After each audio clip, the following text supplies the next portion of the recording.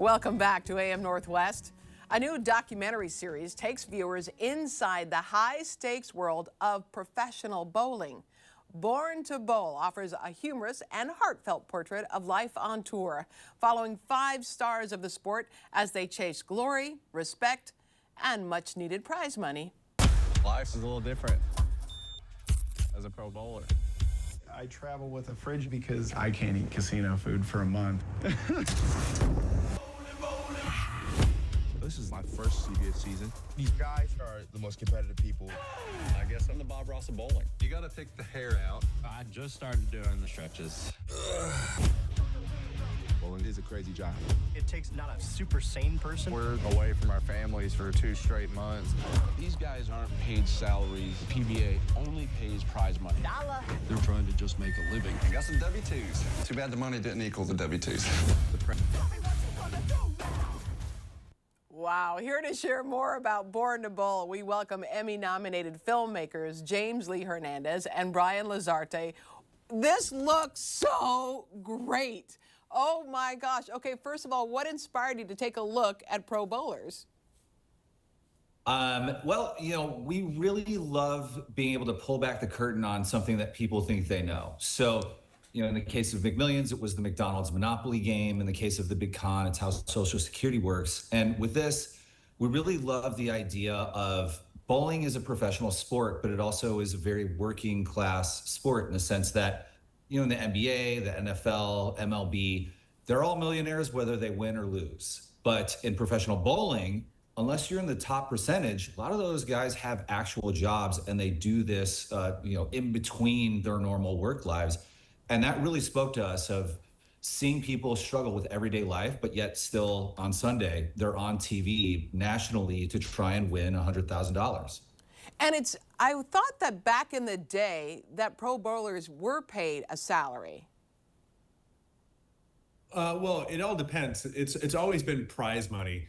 A lot of bowlers can get sponsorships, but the sponsorships only come if you win a major event. Right.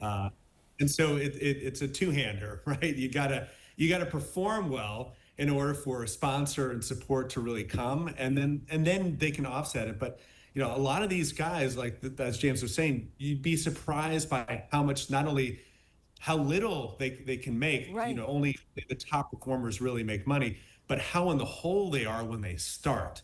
So that commitment out of the gate is unbelievable for a professional athlete. Tell me about some of the characters you profile. I love the Afro guy. Kyle is a legend in the sport in the sense that, so his father was one of the most legendary bowlers. He actually was just inducted into the Pro Bowling Hall of Fame. His name is Guppy Troop. So he grew up in that world.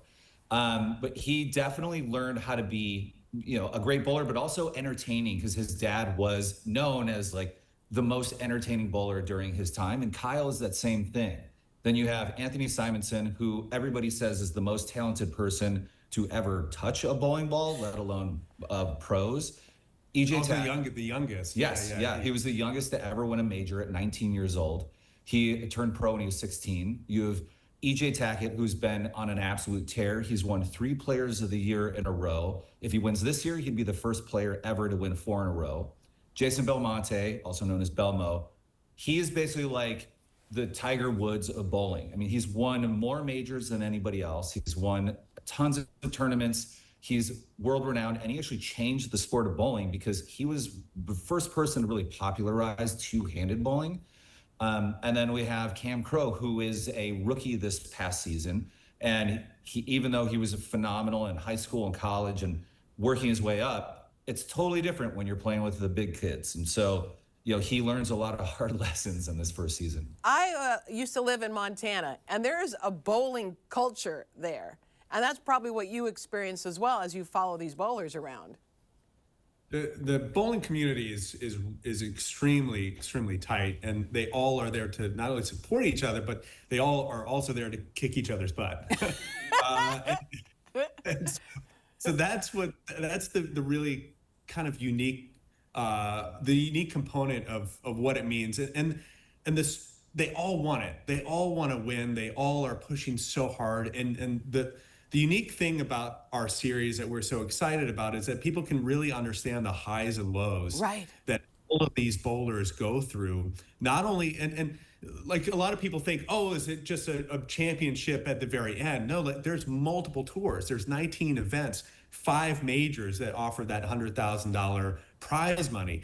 And so the smaller events, the regional events, they can still give you $20,000 to $30,000. But that $100,000 payday, that's life changing.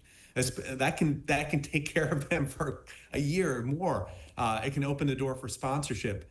And so they're fighting for this thing so hard.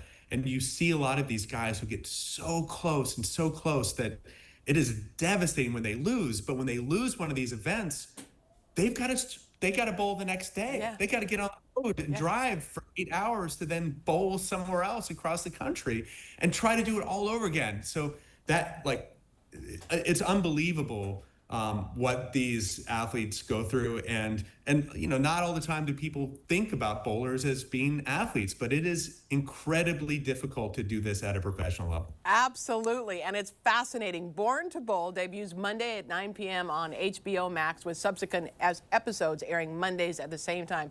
Thank you both so much. It's fascinating, really, and a blast to watch. Thank you so much. Thanks for having me. You bet. We'll be right back with more AM Northwest. Don't go away.